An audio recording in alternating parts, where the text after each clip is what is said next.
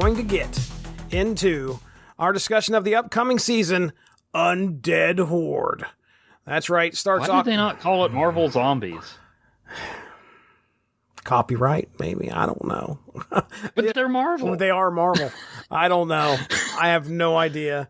It's right there. That's the most obvious season title ever. I don't know. Except for the last one that I complained about. But yeah, I don't know. It's weird. I looked at that. Like, I was just looking at the cards, and then I look back and I'm like, what? Undead Horde? What? October 7th, 2025 is when that is going to start, which will be this coming Tuesday. All right, let's start with the cards. All right. Zombie Horde. Now, if you play a card with Horde, that creates a Zombie Horde card with that much power at another location. So this isn't a card that you play. This is a mechanic that happens from another card. I was worried that it created one every time you played a Horde card, and I'm like, well, you're gonna have to be playing a lot of Destroy with this. And this might make me, in some people's eyes, like the folks that bid $1 over the person next to them on The Price is Right. But I'm like, I'll just bring Red Guardian, shut this Horde stuff down real quick. I mean, probably the best counter to the Horde would be She-Ra, but I think there's rights issues there. That's a good one.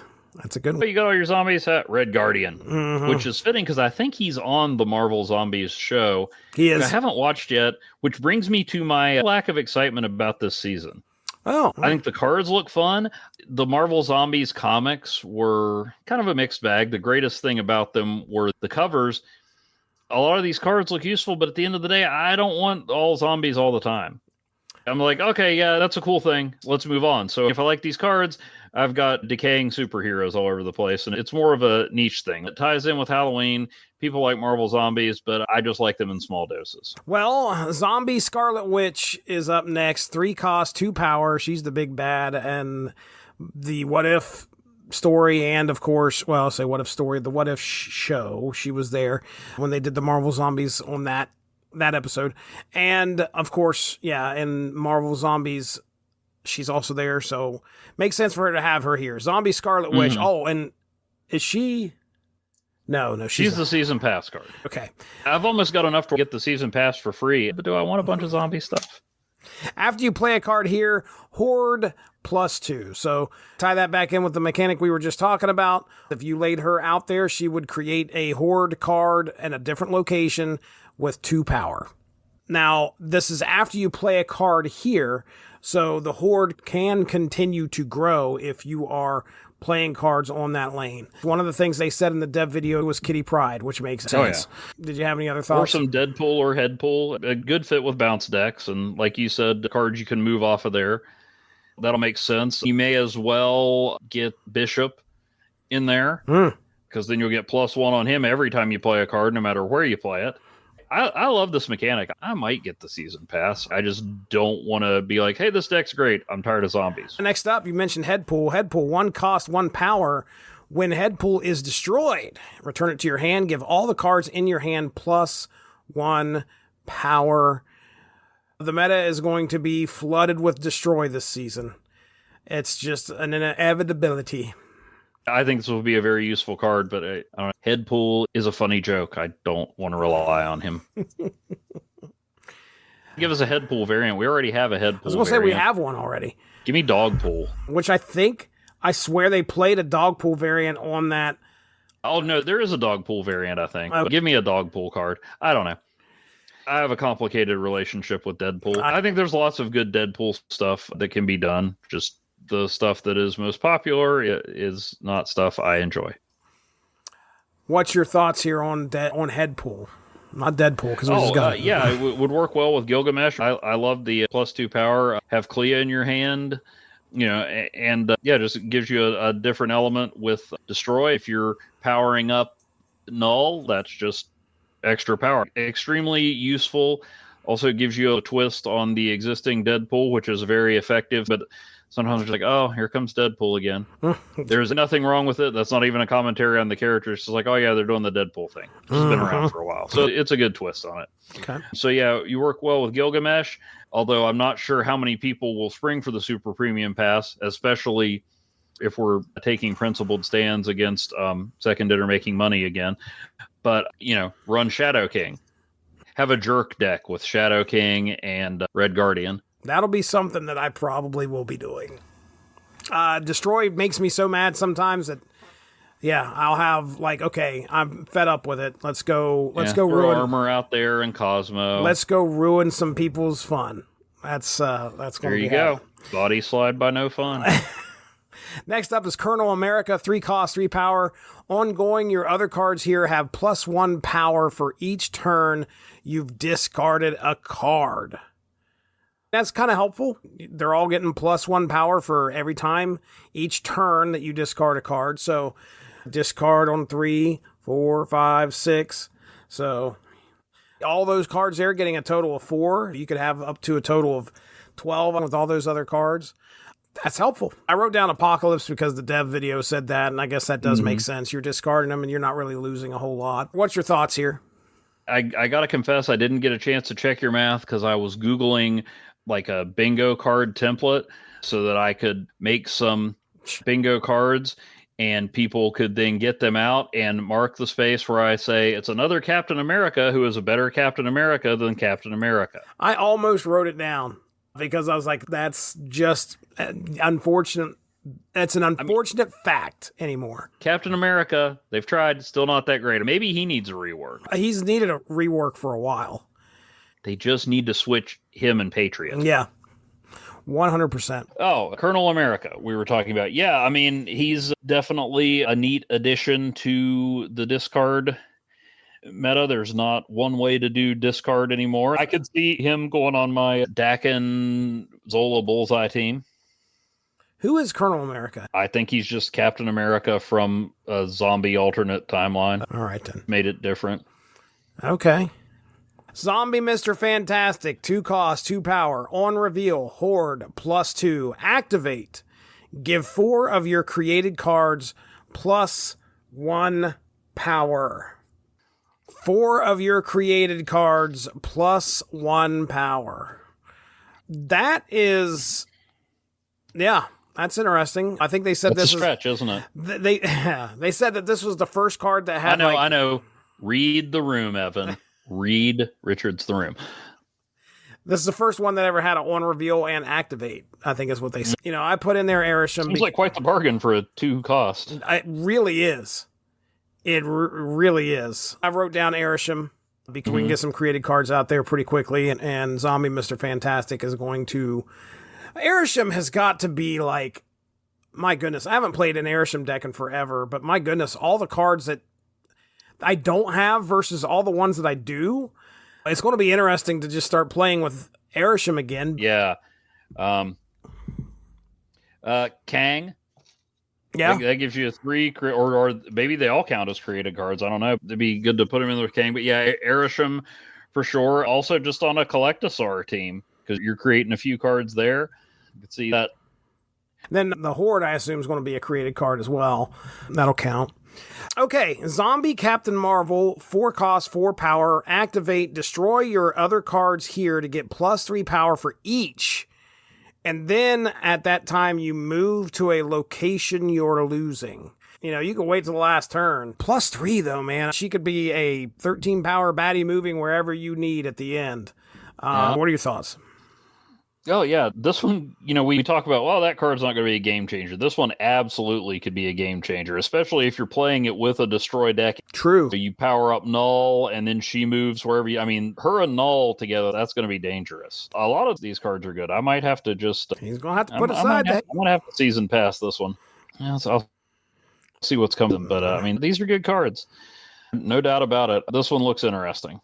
And I know how much you love seeing Destroy, but this would definitely throw a wrinkle in there. I almost feel like she's most likely to get nerfed. Put her on the list. I bet that goes to a +2 real quick. I think you're right. You get her now. Yeah, and then hit your infinite, and then watch her get nerfed. You can stick it to the second dinner. Zombie Galacti, 7 cost, 4 power. Start of the game. You choose 6 other cards in your deck. I don't know. I shouldn't say you choose. I'm sure it's random. I assume. Choose 6 other cards in your deck on reveal. transform those cards into copies of this. I'm assuming you don't choose this. Maybe you do, but I feel like it's got to choose for you. It's not very often where you're like, oh yeah, I'll pick those 6 right there. Maybe you can. I don't know. But regardless, cards that don't play well with you or others, you can transform those cards into copies of the zombie galactus. Go ahead. Why would you want to do that? If it's a punishment, why would you put it in your deck? Well, here's my thoughts. I don't think it's a punishment. Remember, the on reveal transforms those cards. So let's say you've got 6 1/1s that you choose, and you throw all 6 1/1s out there, and then you lay out zombie galacti somehow, so you're going to have to get to turn 7, and then it's going to turn those 1/1s into 4s. But I think the other thing is that you want to try to boost zombie galacti's power. Oh, okay. Because if you can, let's say you double it with Shuri or something, and now you have 7 8s, and it turns all those other ones to 7 8s as well. All right, I got you. Or maybe if you do get to choose them, where you hope it's activate cards or on reveal cards. That's another deck I've been messing around with. Cersei. I call it the All Night Party, which is the party that Howard the Duck was the nominee for president. Also, Cersei in her early days was famous for throwing parties. So it works on multiple levels. Sentry in there with the Void, so she can turn that into a 5 cost with positive power, or White Tiger, so you can send the Tiger Spirit out and then bump that up to a 6 cost. So this would kind of be like that. Cards that you want to use them, or the Hood. Hey, if Zombie Galacti makes Parker Robbins go away, then they're okay in my book. How would you, if you were playing a 7 cost card, then you wouldn't really be worried if any cards still in your hand or your deck were suddenly 7 costs. It's one of those that I've said about some of them from the last couple seasons. It seems like it'd be interesting to try to make it work. Yeah. You know who would be interesting in this deck? For a couple of reasons, is Mr. Negative. Because suddenly you turn him from a -1 into a 4 or into a 7, because this will become a 4/7. Yeah, dude. Oh, he's definitely going to be Mr. Negative. This is either one of those rare good ideas I had, or one of those far more prevalent, hey, remember, this will be cool, except that's not how the card works. Yeah. No, I think you're right, dude. I think this is going to be a situation where Mr. Negative will be absolutely paired with this card. Yeah, because Magic. Yeah, Magic's going to be in there. Jennifer Kale wouldn't be bad. Right. Zombie Giant Man, 5 cost, 3 power, on reveal, Horde +1. Then this gains power equal to your zombie horde. If you've got a horde out there with a pretty good power already, Giant Man's going to get bigger. Once he's laid out there, he gives that horde +1, and then he gains that power. On top of the 3, I wrote down here, I don't see him being that big of a deal, but I wrote down, leave the puns to me, please. He could be up there. He's 5 costs, so you're going to have some other stuff out there. Your horde is hopefully going to have some power behind it at that time. Any other thoughts on Zombie Giant Man? No, that's pretty much it. It'll be interesting to see what sort of horde culture develops here. That didn't really work, did it? That's a flower joke. There is a group that showed up early in the Krakoa era called Horticulture, and they're basically like if the Golden Girls were supervillain botanists. I really don't know if you're telling me the truth. No. I did not make any of that up. You can ask Christian. No, they're real. That is absolutely true. I will send you their wiki page. Now, some people did not like it. It didn't always work, but yeah, just the fact that they exist, I like. For Pete's sake. All right, next up, Zombie Power Man. This is the one you were referencing earlier. 2 cost, 4 power, end of turn. If you're winning here, discard the leftmost card from your hand. I might have talked myself into a season pass this season. Well, there's a lot of cards here that I think this is going to be one of the biggest seasons we've had where a new mechanic was featured, and there's a lot of cards that revolve around that mechanic that are going to make it that much more interesting. But I'll probably also still make that jerk anti-zombie deck. I understand. Look, games, you don't want to actually be rude, but games, you can be a little bit of a jerk. I mean, I am not a nice person when I play Monopoly. Or Risk. I will never play. I played Risk one time. I was at OU.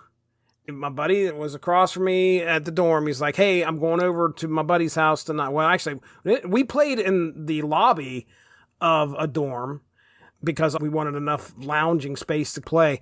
I am not kidding you. I stayed up till 4 o'clock in the morning playing that game with 5 other people. I'm pretty certain I got wiped off the map pretty early. I hated that game because of how long it took. Where did you stay? I don't know. I'm a nice guy, too. I wanted to see who was going to win. I can't even remember how the battle went down, but anyway. Well, I've played Risk, the board game, many times. At one point, I was undefeated at Lord of the Rings Risk. Lord of the Rings Risk. Yeah. One of the more memorable times playing Risk is I had Risk on the aforementioned Sega Genesis, which had one of the best never-ending soundtracks. I still find myself whistling it from time to time, and I probably haven't actually heard it in 20-some years. How was the adaptation of the game to the video game? I don't know if there was an option to play against a computerized opponent, but most of the time we ended up playing it. I had a group that regularly played the West End Games Star Wars role-playing game, and sometimes the gaming session would peter out and we'd start playing Risk on the Sega Genesis. Wow. And so there was like animated cannon fire and stuff where the dice were being rolled behind the scenes. One time we were playing it and it was down to either 3 or 4 of us. My best friend and I were both in pretty bad shape against another friend. I had most of Asia and he had most of Europe. I said, let's make an agreement. We won't attack each other. I've got your back. We need to take this other guy out. He was in the Western Hemisphere, posing quite the threat to us. Okay. So I'm like, we'll, and heaven help us, it's not funny, but like the Ukraine was the dividing line. There's a thing in Risk where you can get more armies. And once you trade in cards, it starts growing. Pretty soon when you trade in cards, you can really tip the scales. So I traded in cards, got a whole bunch of armies, dumped them all into Ukraine, turned to my best friend and said, hey, remember when I said I got your back? Here comes the knife. And I wiped him off the map in a single turn. But then I beat the other guy too. So it kind of all worked out. Oh, really? Hey, we stopped our other friend from winning. And that was the goal. So how long do your Risk sessions last? Not as long on the Genesis. I've only played this once or twice. There are AI opponents, so you'd probably like that. Oh, yeah. Yeah, you'd team up with them. On the Switch version, there's something called like Peace Deal or whatever, so you got to try to conquer as much territory as you can before the diplomats end the war. Oh, sounds... So you don't know when the game's going to end. Oh, geez. Well, all right. So we were talking about Zombie Power Man. Yes. Your note there was... Another Herald of Agatha. Yes, indeed. All right. So, yeah, it gives you and if he's a 2-power, there's a chance Agatha will play him. And with, 2 costs, there's a chance Agatha will play him. And with 4 power, there's a chance you could win that. It's not a guarantee like Red Shift, but it wouldn't hurt to have both of them in your hand for an Agatha deck. That's true. Okay. And then again, you don't want too many even numbered cards. You gotta watch. Either here nor there. All right. Now, this is a Sanctum Showdown exclusive, or at least it will be here. You got the Hunger. 1 cost, 0... Bring out your Guardians of the Galaxy. Yeah. 1 cost, 0 power. On reveal, Horde +3. 1 cost, get that Horde up there, and that'll help whenever you drop something like Giant Man, Zombie Giant Man, help get him up there. This will be... skill card, not much else other than it's aimed at growing the Horde. What's your thoughts? Yeah, I don't know. The standalone skill cards don't really do it for me. I think it has something to do with my reluctance to get stuff digitally rather than have physical media. You play it, and the effect's there, but then it's gone. There's a couple, I don't know if that's like the animating force for the zombies in some of the Marvel zombie stories. There's also something that I remember in that magnificent Jim Starlin Thanos series where Thanos decided to be a hero, except he was still Thanos. There was something, I believe it was called the Hunger, that was a bigger threat on a cosmic scale than Galactus. Wow. Well, that makes sense. Okay. All right. Well, then our last card, Zombie Sentry. This is a result of trying to win Grand Arena or do whatever. You'll acquire this through Grand Arena. 3 cost, 4 power, on reveal, Horde +1 for each of your cards at the right location.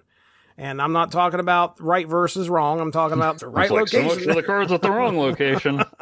This is at the... I would be playing them at the wrong location. Yeah, I was going to say every time. Over there on the right locations, I just wrote down here, interesting take on the Sentry. The Sentry is always dealing something with the right locations. Yeah, man, what are you thinking? Yeah, I like the parody they have with their non-zombie versions. This immediately makes me think of probably my favorite Marvel Zombies series, which was Marvel Zombies versus Army of Darkness. And I believe the Sentry was the source of the zombie plague when Bruce Campbell dropped into the Marvel universe. Oh my goodness. That was a lot of fun. That was a lot of fun. Did you ever do a source material on that? Not on... No, you know what? I was sitting there thinking, I haven't done any Marvel Zombies, I think, at all on here, which is really a shame. I was sitting there thinking... I recommend that one or the one with Howard the Duck. I did not really care for the initial Marvel. That was Marvel Zombies so. 4? Yeah. Yeah, I think I read a little bit about that, but I never did any Marvel Zombies proper. I think it would have been pretty cool. Okay, let's get into locations. Our first location is the Deadlands. I will tell you, aside from this season, this is not going to be one of those locations that's going to garner a lot of favorability after this, because it's so specific. End of turn, Horde +1. So if you're not playing a Horde deck, you're out of luck. It ain't going to help you. But during this season, during that week, during that day, it's going to be fun. But anyway, so the Deadlands, end of turn, Horde +1. Horde lovers, get ready to get your legions out. The legions of the Horde. Yeah. Legions of Horde. I just confirmed where this comes from. This was in Battle World. There was a Marvel Zombies Battle World series that focused on Elsa Bloodstone. There was also an Age of Ultron versus Marvel Zombies limited series in Secret Wars. This was basically, there was a big wall and there were just zombies and chaos on one side of it on Battle World. I remember that. Any other thoughts on the Deadlands before we go to the next one? No, I'm shocked that you're going to Legion it, but Survivors Camp after turn 4, draw if you're winning here. If not, Horde +2. Again, another one that's very specific to this season, to this, and it's you're definitely going to be winning it if you're not if it's not zombie season. So I do like I was trying to think of some other locations that do this, which I don't know if they do, where they do one reaction or one action for one player and another action for another. This is kind of the first one that I think they've done that with, where, hey, if you're not winning here... the location version of Adam Warlock. You have a good point there. Any other thoughts on the Survivors Camp? Nope, that's about it. Thanks a lot for joining us. Make sure to tune in tomorrow for the next installment of Snap Material.